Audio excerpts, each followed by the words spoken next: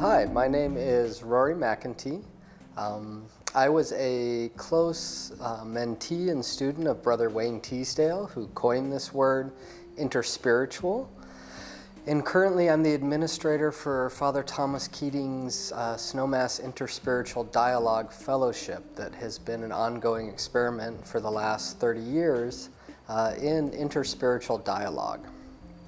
So I will try to answer as best I can this question of what is interspirituality for me. Perhaps I'll start with how I first came to hear of something called a spiritual journey. It wasn't until college when I took a class on the historical Jesus, and this concept of a spiritual journey that the human being could undergo and be transformed within was a concept that opened my eyes to a lot of possibilities. So I started reading and researching different ideas on the spiritual journey, and what I found was reading from many different sources, such as Chandrakirti, who's a 7th century Tibetan Buddhist who lived in India, to St. John of the Cross and Teresa of Avila, who were 16th century Catholic mystics, a nun and a monk who lived in Spain, to Rumi, the famous Islamic and Sufi poet who lived in the 13th century in Persia. All of these people coming from very different backgrounds, very different cultures, very different religious frameworks and understandings, all spoke about a journey that the human being could undergo with certain stages and pitfalls and glories that led one into a transformative state, into a state that expanded our ability to love and have compassion for each other, expanded our wisdom and knowledge of who we are and what we can become, and of our eventual destiny and the meaning of our lives here on this planet. And so my conclusion coming out of that research and study was that the only rational explanation that could possibly result in all of these people saying essentially the same thing was that it was true, that this potential really does exist for the human being. And it's not confined to a particular tradition or culture or religious framework, but that these frameworks have actually grown up around this experience, around the experience of their founders, and what might be called the mystical lineages within the religious traditions. We could possibly call these wisdom traditions as opposed to religious traditions, which compose of the frameworks and the understandings and the theological dogmas that surround these wisdom traditions. And we should note that the wisdom traditions are not just found in our religious traditions, but also from Native Americans in their shamanic tradition, in a path of nature. We see people today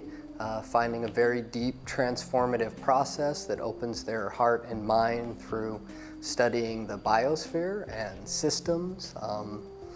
Some people even studying physics open up to these states of awe and wonder. So interspirituality then, for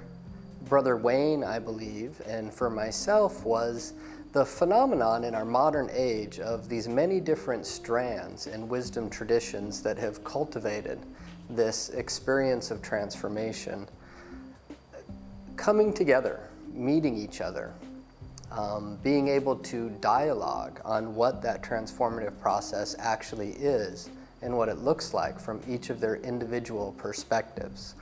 And learning not only that there's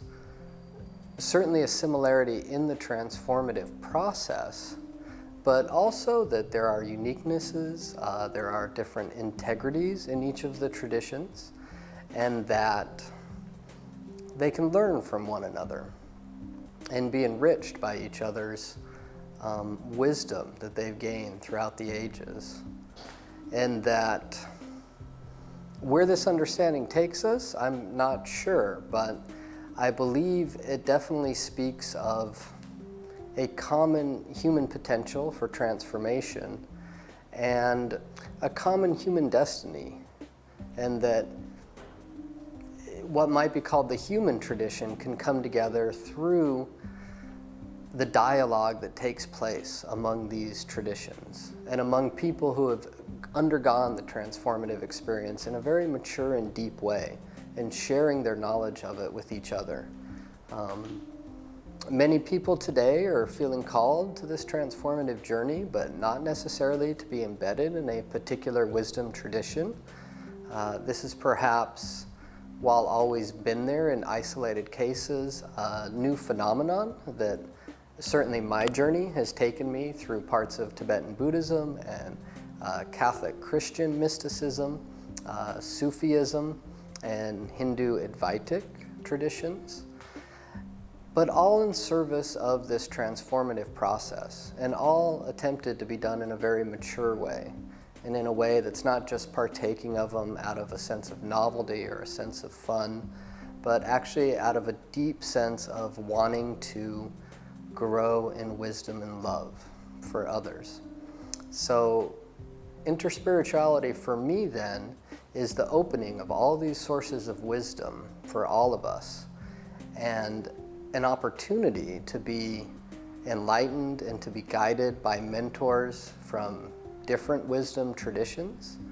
and to really begin to perceive and articulate what might be a common vision for our human family.